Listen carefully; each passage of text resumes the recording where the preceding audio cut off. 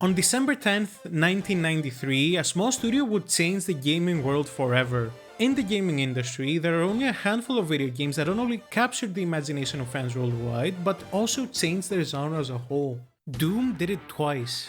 It set the gold standard for first-person shooters in the 90s, and more than 2 decades after its release, it redefined the genre once again with Doom 2016. With the Dark Ages on the horizon, now's the perfect time to revisit the series' full history. From its meteoric rise in the 90s through to its inevitable decline in the 2000s, and finally its brutal resurgence after 2016. However, this story doesn't start in 1993, but in 1973. In 1973, a few high school students during a study program over at NASA of all places created the original first-person shooter. Maze War is as simplistic as it gets. As the title suggests, you need to traverse a maze and shoot your opponent before he shoots you. Other games with a first-person gun perspective would follow, like Space Sim, Battlezone for the Atari, Mini Maze, and Tato's Gunbuster. And while some of them would prove to be financial successes, they all shared one thing in common. They all kinda sucked. Nobody really looked at these games and said, I want to make that. They were all kinda janky, a bit hard to control, and none of them made an important breakthrough in the genre. This would stay true until February 1st, 1991, when a small studio called id Software was created by 4 people. Spearheaded by programmers John Carmack and John Romero, game designer Tom Hall, and artist Adrian Carmack, id would set out to change the gaming industry by releasing Commander Keen and Invasion of the Vorticons, an alright 2D side-scrolling platformer. Okay, maybe not the best start, but they would follow that up with Commander Keen and Keen Dreams, and then Commander Keen in Aliens Ate My Babysitter? id would release 9 games in 1991, none of them really setting the world on fire. That would all change, however, in May of 1992 with the release of a little-known game called Wolfenstein 3D. This would be a spiritual successor to 1981's Castle Wolfenstein. While id was working on the Commander Keen games, John Carmack figured out a way to create a 3D graphics engine that was just as efficient to use as a 2D one. Wolfenstein 3D would be id's first major game using that engine, and it was a massive hit. It sold 250,000 copies by 1995, and it set the baseline for all first-person shooters. It was the first game to combine fluid movement across a 3D space alongside great shooting mechanics for its time. But still, something was missing. Looking at its gameplay now, it seems to lack a bit of energy. A lot of the environments and enemies are a bit samey, and in general, it feels as if this formula needed just a few tweaks to really blow up. During this time, 20th Century Fox approached id with a proposition: the creation of a licensed game based on the movie Aliens. While id would eventually decline the offer due to wanting more creative control, the idea stuck with them. The alien invasion angle appealed to the studio, but since aliens were off the table, they went with the next logical option. Hell, Doom would be a cross between Aliens and Evil Dead. And so they got to work. id brought in a few new people to help out, including Bobby Prince for the game's soundtrack. We'll get back to him shortly. Tom Hall took it upon himself to write the Doom Bible. It contained lore and an elaborate story spanning 6 episodes that would see the Doom guy get involved in all sorts of adventures. This was scrapped, however, as the rest of the team disapproved of the notion, wanting a much simpler story. John Carmack even went as far to say that story in a game is like story in a movie. It's expected to be there, but it's not that important.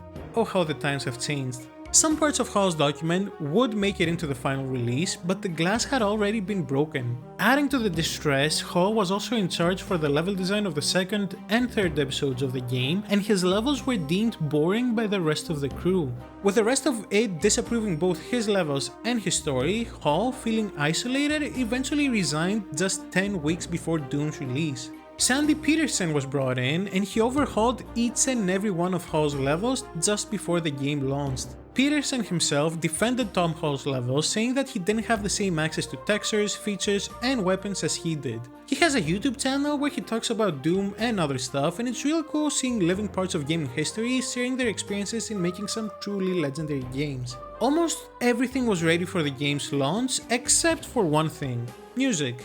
As I previously said, id brought in Bobby Prince for the job, and Romero famously gave him a bunch of heavy metal CDs for him to take inspiration from. This is where the story gets a bit murky. Bobby Prince didn't exactly make covers of a lot of famous heavy metal songs, he just really heavily borrowed from them. Prince would use a bunch of riffs made by some very popular bands like Metallica, Slayer and Pantera.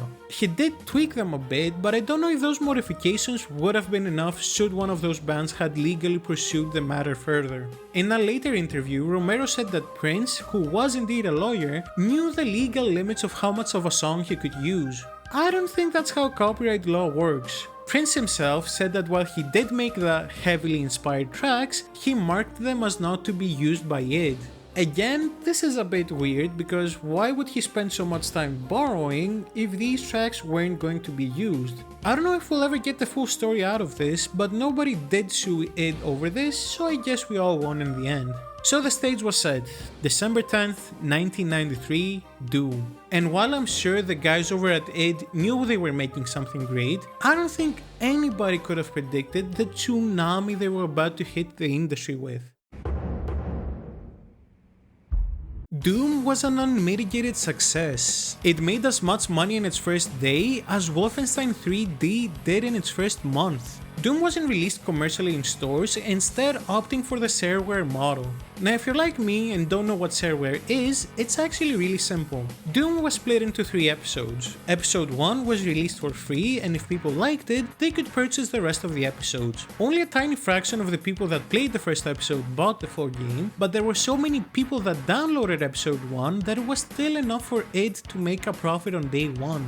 According to PC data, Doom had sold 3.5 million copies by 1999, while according to PC Zone, over 10 million people had played the shareware version by the year 2000.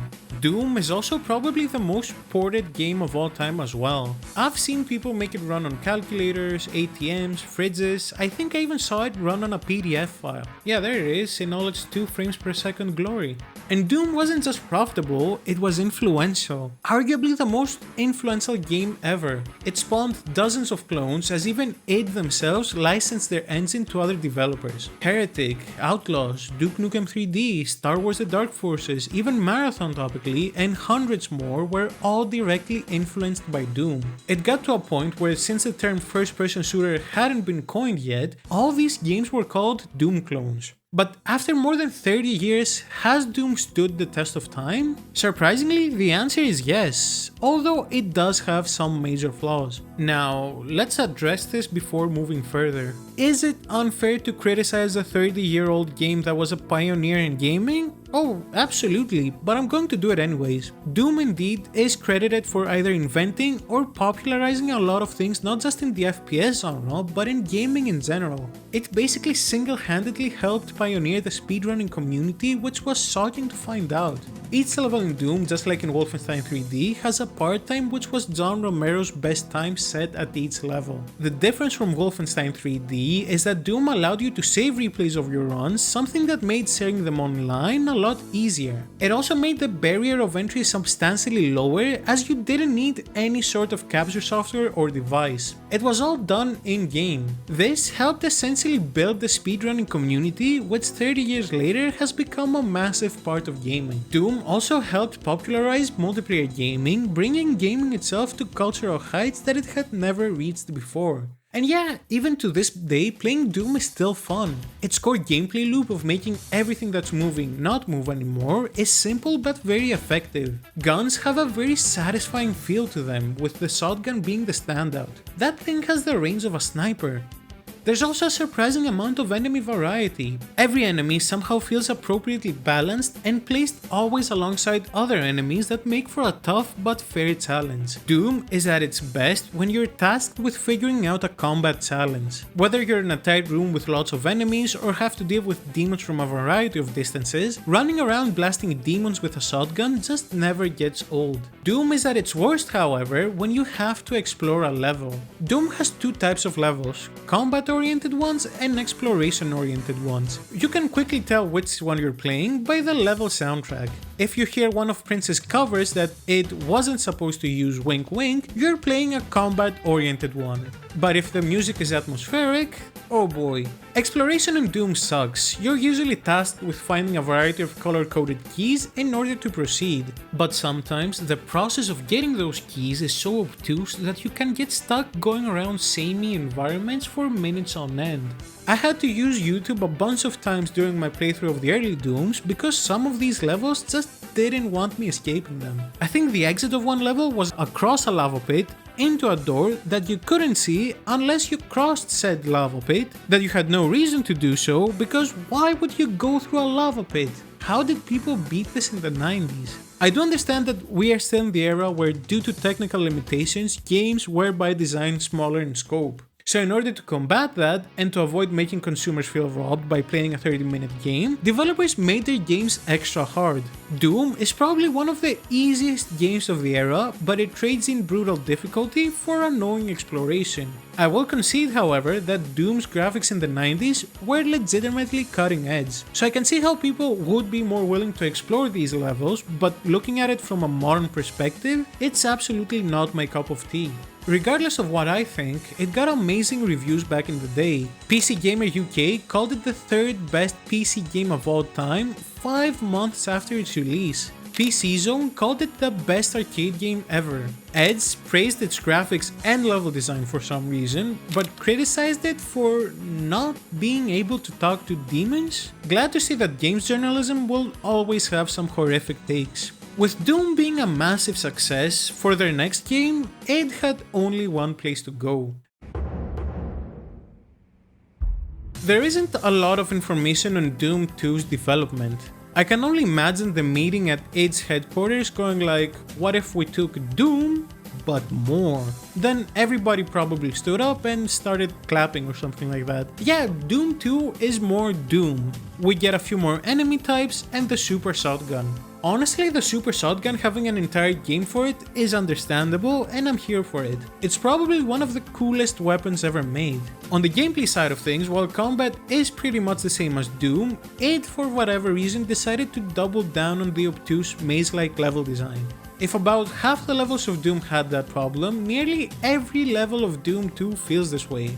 The game constantly goes out of its way to confuse you, to set a trap for you, and it's pulling a lot of cheap tricks to do it. Like in one level, the only way to proceed was by opening a door, turning around, and going through another door that secretly opens only when you open the other door. Just annoying stuff that really takes away from the core gameplay loop.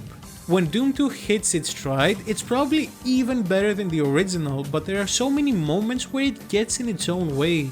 The original Doom is a lot more consistent. It doesn't reach the heights of Doom 2, but it also doesn't have the massive dips in quality that its sequel has. Still, Doom 2 was received very positively. Not as well as the original obviously, but that would be a nearly impossible task. Still, some cracks were appearing in id's armor. In an issue of Dragon, David Cook wrote, "If you need to have more Doom, get this." See, it's not just hindsight. People realized very early on that this was just more Doom. But even more important would be a review of the game on an issue of Next Generation, where the reviewer said, now that the first-person interface has become the design of choice for the entire industry, id will need to find new innovations or it will quickly find it's playing catch-up in its own game niche. Truly prophetic words for what's about to come. Id probably thought that they got everything they could out of Doom, so they decided to move on to a new project, Quake. Quake would go on to become another critically acclaimed game for id, revolutionizing 3D graphics in the process. But what about Doom? They couldn't just leave so much money on the table. So, in 1996, the same year Quake was released, we had the release of Final Doom. I won't be covering Final Doom as it's just a compilation of fan levels that were commercially released. As many rightfully pointed out at the time, there were so many fan-created levels for the first two Dooms that paying for them felt wrong. A year later, we had the release of Doom 64 by Midway. Non-existent fans of the channel may remember Midway from their exceptionally mediocre TNA game from the History of WWE Games video. Midway is a studio that never really made anything great, and Doom 64 is no exception. Obviously a Nintendo 64 exclusive due to the console's technical limitations, not as many enemies could be on screen at the same time as the PC Doom games.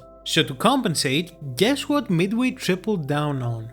obtuse level design. My favorite. As silly as it may sound today, the original Dooms were considered to be a bit scary and tense. Midway chose to lean on that tension heavily.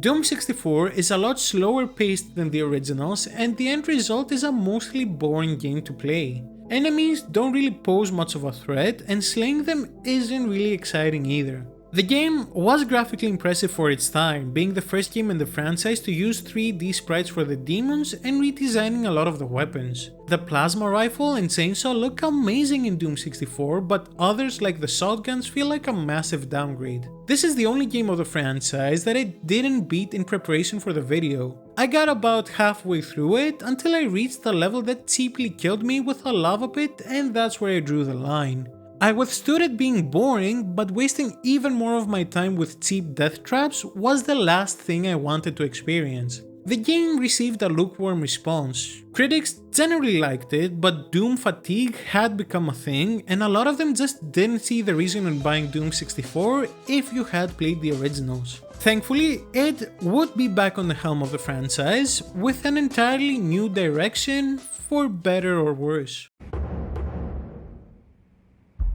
After the release of Quake 3 Arena, the members of id couldn't agree on what to make next. Most of the staff members, looking at the success of games like Return to Castle Wolfenstein, wanted to remake the original Doom. But two of id's owners, Adrian Carmack and Kevin Cloud, believed that id needed to stop constantly revisiting the same intellectual properties. So, an ultimatum was made towards them. Either they agree to the remake, or they fire all the employees in favor of it, which was a large chunk of id itself. After the two parties talked things out, and fired Paul Steed, one of the artists that instigated the whole thing, a compromise was reached. Doom 3 would be made, but instead of a remake, it would be a reboot. That means that the story would start off completely fresh, erasing the riveting story up to that point of man goes to hell, hell desperately tries to send him back.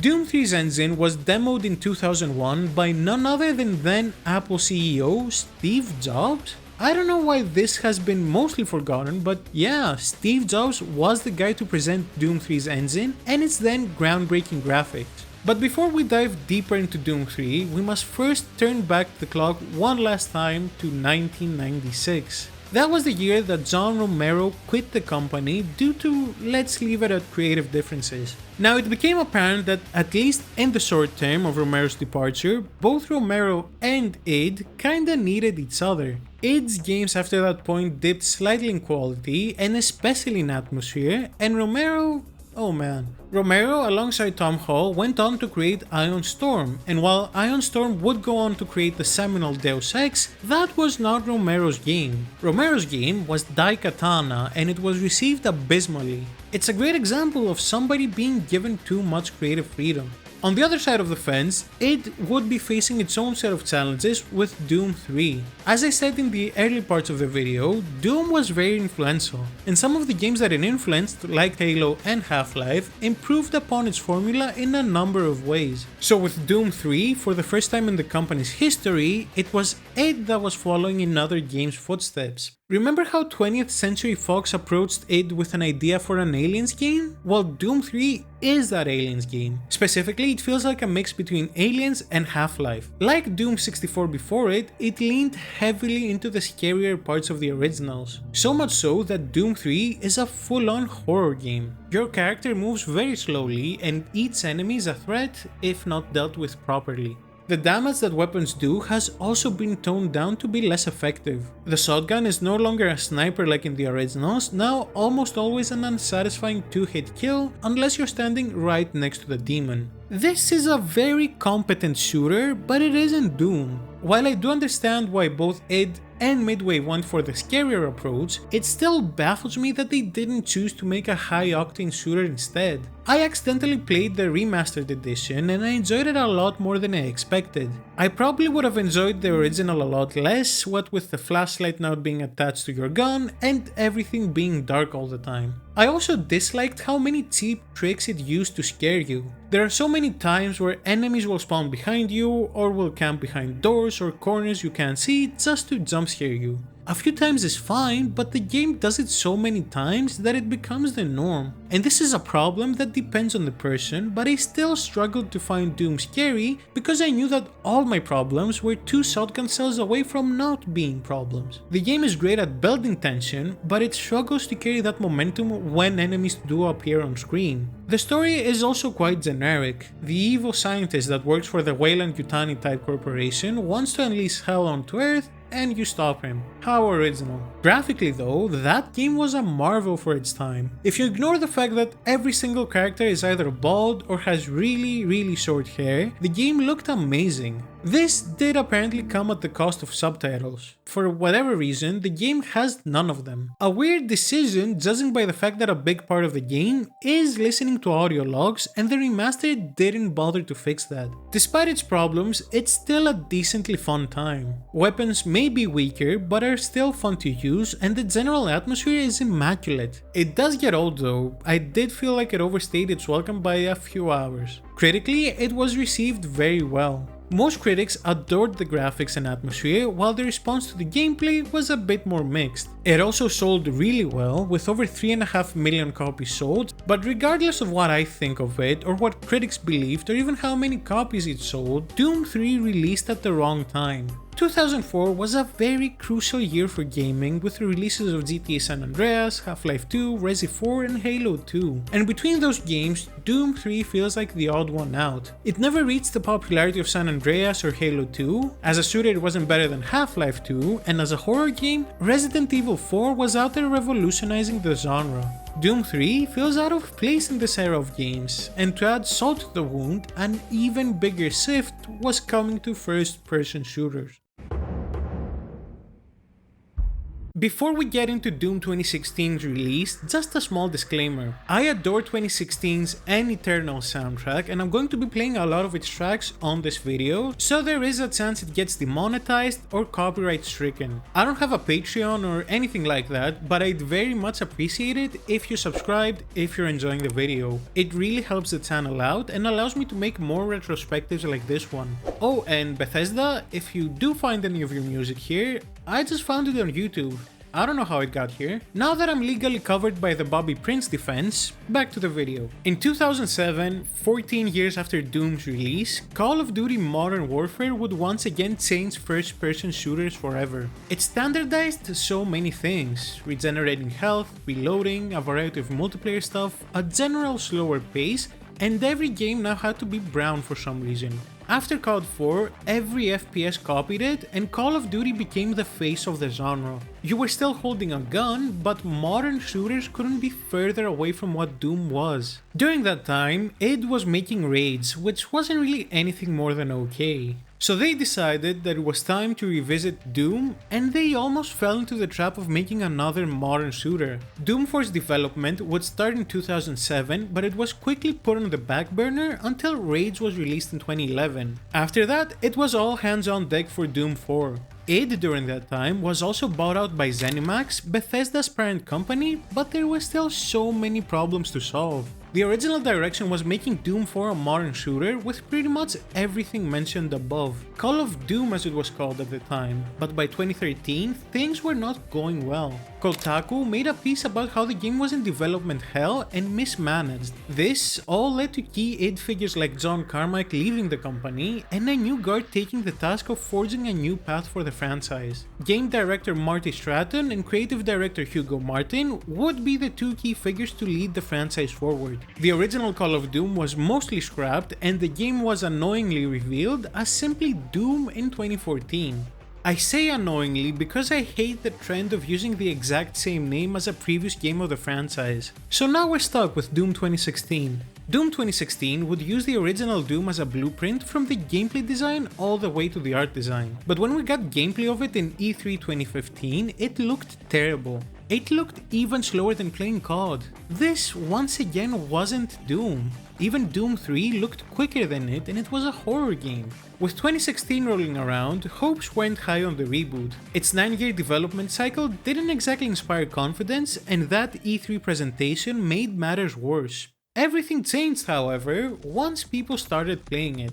Doom 2016 is also a horror game, the difference here being that you're the horror. It may have taken 23 years, but finally somebody made a game based on Doom's core gameplay loop and not its exploration or horror elements. Doom 2016 is amazing, top to bottom. Obviously, the main reason for that is the gameplay. It takes the original's gameplay spirit and modernizes it with everything we learned over the past 2 decades. While Doom 3 released in the absolute wrong time, the reboot launched at the perfect time. A lot of people were starting to get sick and tired of the modern FPS formula. Games like COD never went away like Doom and are still very lucrative, but I feel like the gaming community was more than ready for a return to basics. And what a return it was! Playing Doom 2016 for the first time, it's initially difficult to shake off the modern FPS tendencies. You know, reloading, crouching, hiding behind cover, and all the rest. But once you understand it, once it clicks, it's hard to go back. Take glory killing for example, a new mechanic introduced in the reboot where if you get your opponent's health low enough, you can perform a pre-animated takedown on them. It also happens to be the main source of getting health back in the game.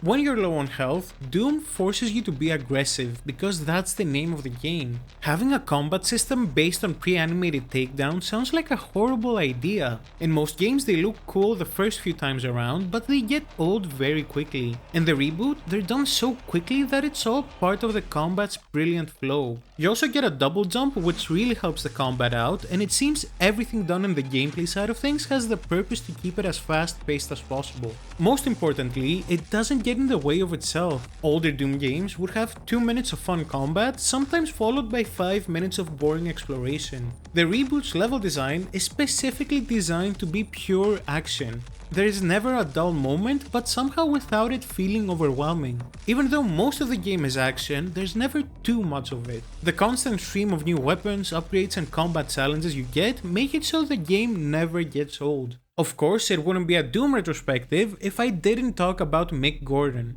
After building a name for himself doing the scores for Killer Instinct, Need for Speed Shift, and the seminal El Tigre The Adventures of Manny Rivera, Mick was picked up not for Doom, but for another old franchise being revived. Wolfenstein. Mick Gordon did a fantastic job on its soundtrack, and there were more than a few standout pieces, like the main theme of the New Order and his brilliant rendition of The Partisan. Mick seemed to be like a good pick for the job, but I don't think anybody realized just how good he would be. Mick did a GDC talk on his involvement in Doom, and it's a great watch. It's about an hour of him explaining his process. Very nerdy stuff, but if you have any interest in finding out how music works not only in Doom but in games as a whole, that's the video you need to watch. There's a common misconception that id forbade Mick from using guitars in the Doom soundtrack. That's not entirely true. They both agreed that guitars were overdone, and id wanted Mick to make a more electronic based soundtrack. But Mick wanted more, and so he found a loophole to his guitar problem: chainsaws. The man used a synthesized chainsaw for our track, and it's somehow one of the best in the game. Now dear viewer, if you haven't played Doom 2016, first of all thank you for watching this far into the video, and second of all, where do you think this track plays in the game? Is it A, in the final boss fight, B, somewhere in the middle, or C, in the intermission? Well, if you said any of these answers you would be wrong, because the actual answer is D, the main menu. Gordon's soundtrack is metal as metal gets, and he shows that off from the moment you turn the game on. A few years back, Liam Triforce made a video on how, even though he couldn't scientifically prove it, Doom's music made you play better. I do agree with that, and I think a big reason why is that you don't want to let the music down. When the music is cool, you want to be cool, and the only way to do that is by playing well. You don't want to leave Mick hanging. But still, after all the synthesizers and the chainsaws, Mick still felt like something was missing from the soundtrack: guitars. Mick strongly felt like the missing ingredient was guitars, so he went to id to convince them. Id allowed it, but I don't think Mick clarified what exact guitar he would be using. He didn't use any regular electric guitar, he used a 9-stringer. I know nothing about guitars, but that's 3 more strings than usual. I mean, listen to this.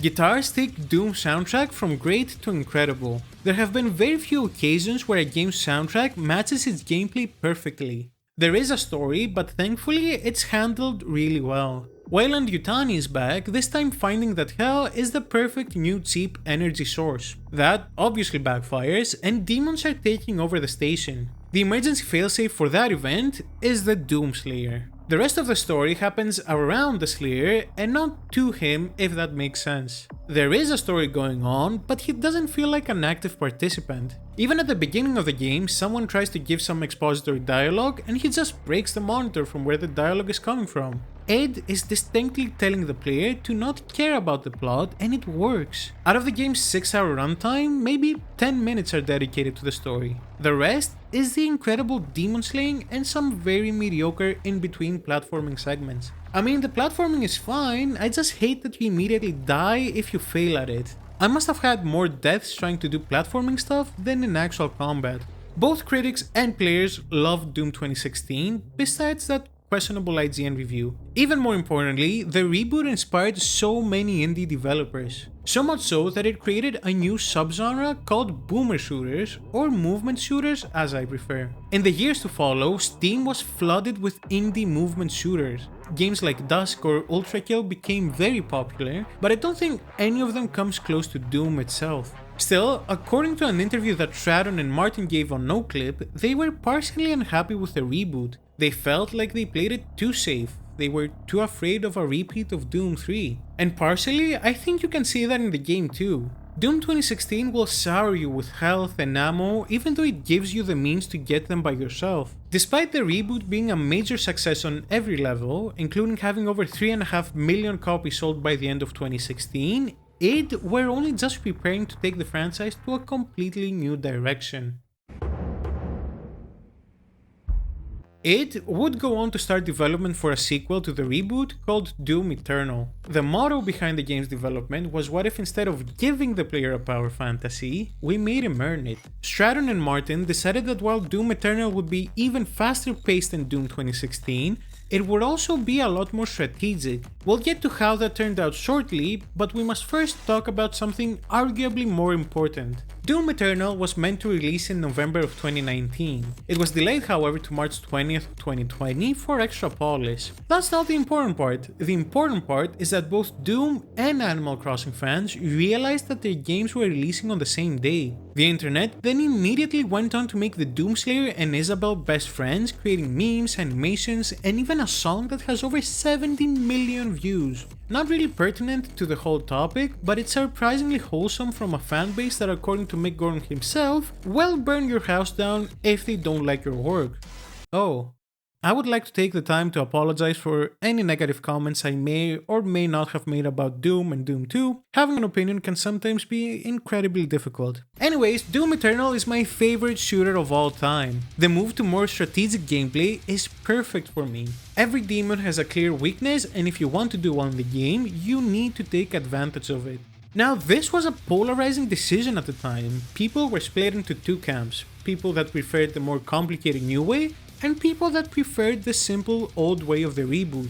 Both camps have valid arguments, but I personally prefer the new way. It demands a lot from you, but once you get good at it, it's hard to go back to the other Doom games. I do enjoy Doom 2016's simplicity, but there's just something so satisfying in clearing an arena by systematically targeting each and every enemy's weakness. You also get a dash button which manages to make the gameplay even more frenetic while also constantly asking you to make important decisions every few seconds. You are also almost fully in charge of your health and ammo. There's nearly no other way to get it other than glory killing or chainsawing your enemies. id was fully confident in itself and in turn was fully confident in the player's abilities. Remember how in the Doom 2 part I said that the Super Shotgun is arguably the coolest video game weapon of all time? Well, the Doom Eternal Super Shotgun is definitely the best video game weapon of all time. You get a shotgun with a grappling hook. It's one of the best ideas anybody has ever had in the history of mankind, and I don't see how any other weapon can beat it. The grappling hook shotgun automatically makes Doom Eternal a masterpiece. Even in 2020, when people were feverishly arguing between The Last of Us Part 2 and Ghost of Tsushima as their game of the year, I was one of the few people that really believed that Eternal deserved the prize, and I still do. It's pure fun distilled onto a disc for everyone to enjoy. And I haven't even mentioned the fantastic soundtrack by Mick Gordon. For me, it's somehow even better than Doom 2016's, and that's a very high bar to clear. He even uses a lawnmower and it rocks.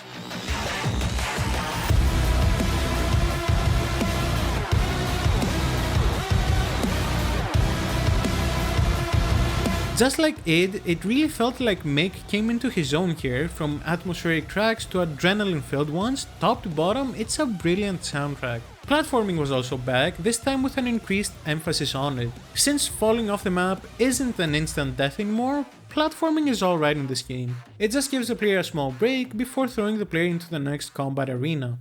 For me, Doom Eternal has two major flaws: Marauders and the story. My problems with Marauders aren't what you'd probably think I'd say. They're not difficult to fight. Once you figure out the trick needed to beat them, they're quite easy actually. My problem is that they demand your attention. They're the ones that need to go down before you move on with the rest of the enemies. They're fine to fight, but I feel like they create this effect where you have to deal with them before you get back to having fun. They act like a buffer between you and enjoying the game. I think they easily could have been removed from the game and nothing would have been missed. My other issue is with the story. Parts of the story I really enjoy. The main villain gives off a real rated R Power Rangers vibe and I'm fully on board with that. It's light, it's self-aware, and it's perfect for the game Doom Eternal is. It also gave us my personal favorite intro in a game. Those first 3 minutes had my blood boiling and myself pumped for the game. What doesn't work is everything surrounding the Doomslayer's origin story. You get to find out a lot of information about him during the story, but I struggle to care about that. The problem also stems from the fact that id themselves specifically told us not to care back in Doom 2016. I don't get why they made a sudden 180 here. It's not a deal breaker by any means, just an odd creative decision. Despite polarizing fans a bit, Doom Eternal was universally acclaimed and had made over $450 million in revenue by 2021. Unfortunately, however, Marauders were not the worst thing to come out of Doom Eternal. You knew this was coming. As a pre-order bonus for Doom Eternal's Collector's Edition, fans were promised the game's soundtrack. But when fans received the soundtrack, they started noticing that it was of a lot lower quality than Mick's previous work. Not necessarily the artistic quality of the tracks themselves, but in terms of mixing, compression, and other technical stuff. A short while after the OST's release, Marty Stratton jumped onto Reddit to basically sift the blame for the OST's delay and technical mishaps onto Mick Gordon. Gordon's response to this? Absolutely nothing. Pure radio silence. So Stratton's right and case closed, right?